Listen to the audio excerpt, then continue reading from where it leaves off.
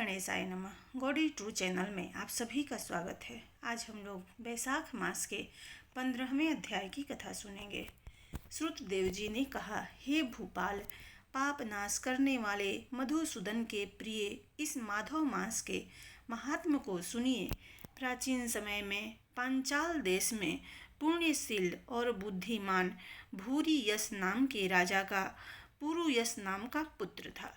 पिता के स्वर्ग चले जाने पर धर्मों का पालन करने वाला, शूरता तथा उदारता के गुणों से युक्त, धनुर्विद्या में कुशल यह राजा राज सिंहासन पर बैठा।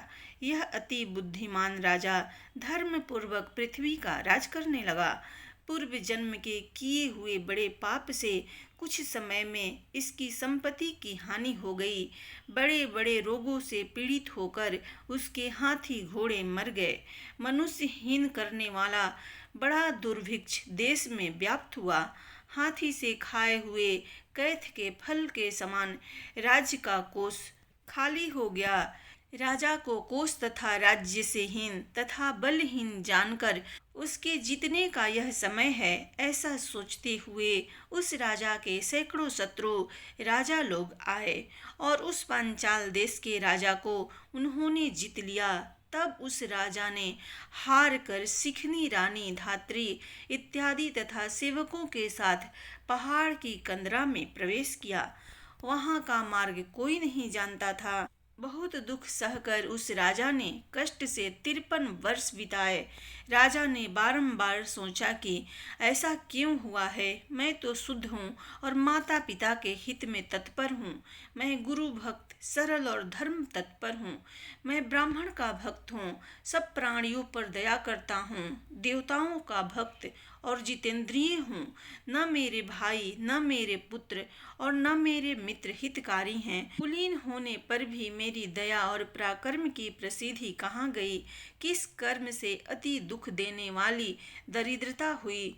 किस कारण मेरा पराजय हुआ और मैं आज किस कारण से वनवास में हूँ? उस दुखी राजा ने चिंता से व्याकुल होकर अपने गुरु का स्मरण किया। तब याजक और उपयाजक नाम के त्रिकालज्ञ 2 श्रेष्ठ मुनि राजा के बुलाए जाने पर आए। उनको देखकर पांचाल बल्लभ राजा ने तुरंत उठकर वनवास से पीड़ित, राज्य चिन्हों से हीन उस राजा ने, जिसकी पद्धति किसी को ज्ञात न थी, भक्ति पूर्वक सिर झुकाकर उनको नमस्कार किया। उनके चरणों पर पृथ्वी में गिरकर मुहूर्त भर तक चुपचाप पड़ा था। उन्होंने उसको अपने हाथों से उठाया। आंसू पोंछकर उसने वन की शुभ सामग्री से उनकी विधि पूर्वक पूजन किया।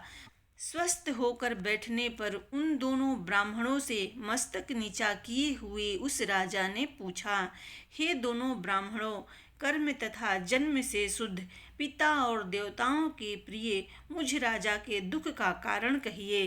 पाप से डरने वाला, दयावान, गुरु भक्त, मैं दरिद्र क्यों हो गया? मेरा कोष क्यों नष्ट हो गया और मैं शत्रुओं से क्यों हार गया? किस कारण से मैं वनवास करता हूँ? मैं अकेला क्यों हो गया?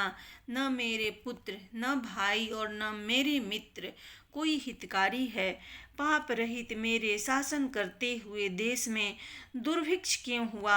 हे दोनों मुनिवर, इस सब का कारण मुझसे विस्तार पूर्वक कहिए। दोनों मुनिवर महात्माओं ने अत्यंत दुखी राजा के ऐसा पूछने पर क्षण भर ध्यान करके कहा। याज और उपयाज ऋषियों ने कहा, हे राजा सुनो, हम दोनों तुम्हारे दुख के कारण को बतलाते हैं। तुम प्राचीन काल में 10 जन्म तक महापापी बहेलिया थे। तुम बड़े निर्दयी थे, सब प्राणियों के हिंसा में लगे रहते थे। तुम में शांति और इंद्रियों का दमन न था और धर्म का लेस मात्र न था। तेरी जीभ विष्णु भगवान का नाम कभी नहीं लेती थी। तेरा हृदय विष्णु भगवान के चरण युगलों का ध्यान नहीं करता था। तुमने अपने मस्तक से परमात्मा को प्रणाम नहीं किया। हे राजन, तुझ दुराचारी के 9 जन्म इसी प्रकार से बीते। 10वें जन्म में सहृदय पर्वत पर बहेलिया होकर तू सब लोगों पर निर्दयी हुआ तथा मनुष्यों का यमराज हो गया। तू दयाहीन था, शस्त्र द्वारा अपनी जीविका चलाता था, सर्वदा मार काट में लगा रहता था, गुणहीन था, सबको त्रास देने वाला और दुष्ट था तथा मार्ग चलने वालों को पीड़ा देता था। तू राक्षस था और गौड़ देश के निवासी मनुष्यों का मांस खाता था। अपना हित न जानने वाले तूने इस प्रकार से अपनी आयुष बिताई। पशु पक्षियों के छोटे छोटे बच्चों की हत्या करके तुझ दयाहीन दुर्बुद्धि को पुत्र नहीं हुआ। विश्वासघात करने के कारण तेरे सहोदर भाई नहीं हुए।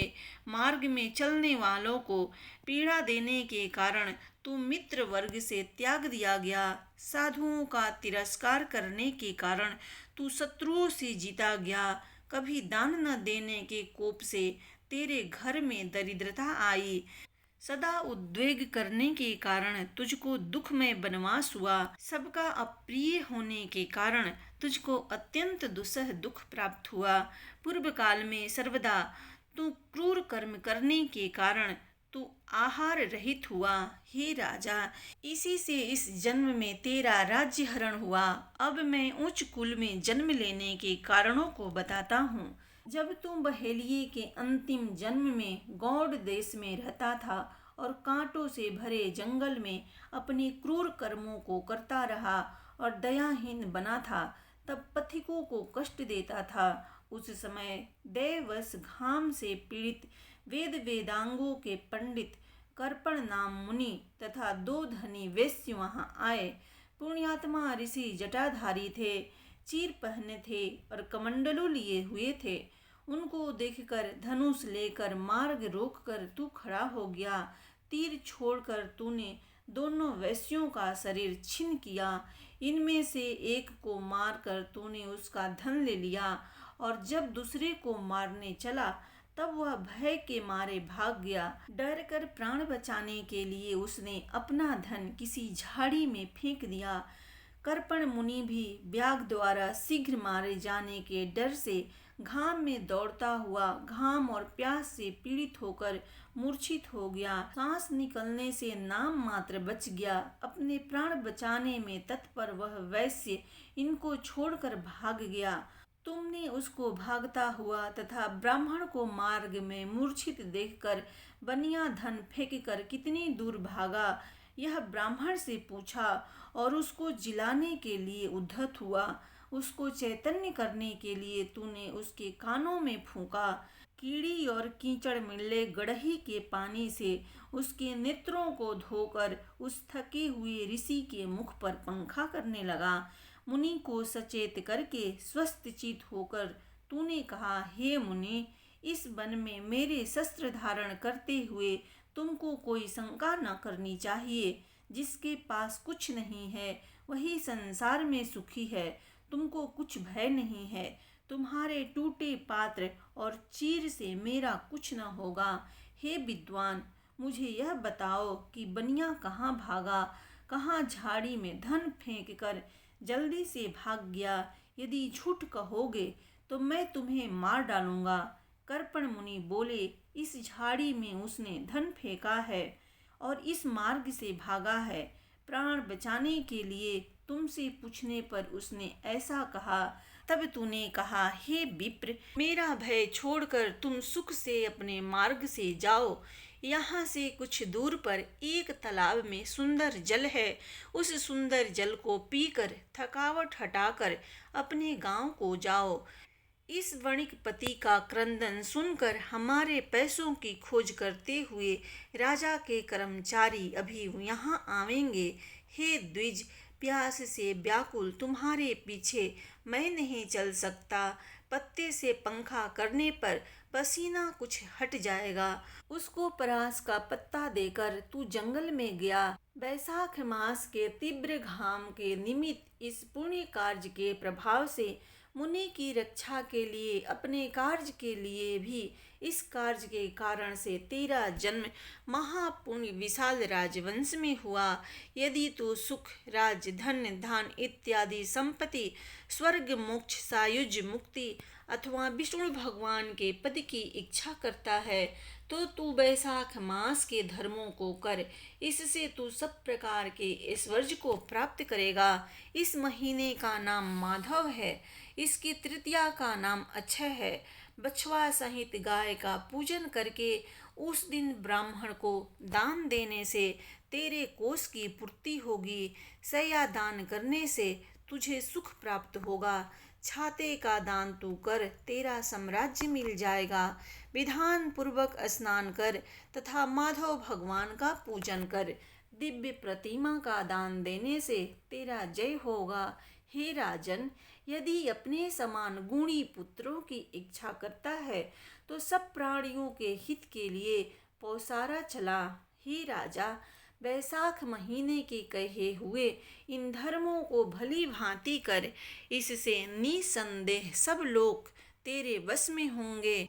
यदि तू बिना किसी मनोरथ के इन धर्मों को करेगा तथा मधुसूदन भगवान की प्रीति के लिए इस पुण्य मास वैशाख में धर्म करेगा तो तेरी आत्मा निर्मल हो जाएगी और विष्णु भगवान तुझे प्रत्यक्ष होंगे। जो मनुष्य कल्याणकारी इन धर्मों को करता है उसको अच्छे लोक प्राप्त होते हैं। इसको प्राचीन कवि लोग जानते हैं। यह सब जैसा मैंने देखा था और सुना था सो तुमसे कहा।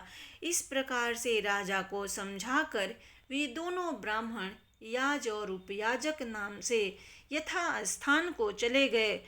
तब महापराक्रमी राजा पुरोहित से समझाए जाने पर श्रद्धा पूर्वक वैशाख महीने के सब धर्मों को करने लगा और जैसा मैंने कहा था वैसा ही मधुसूदन भगवान का पूजन किया।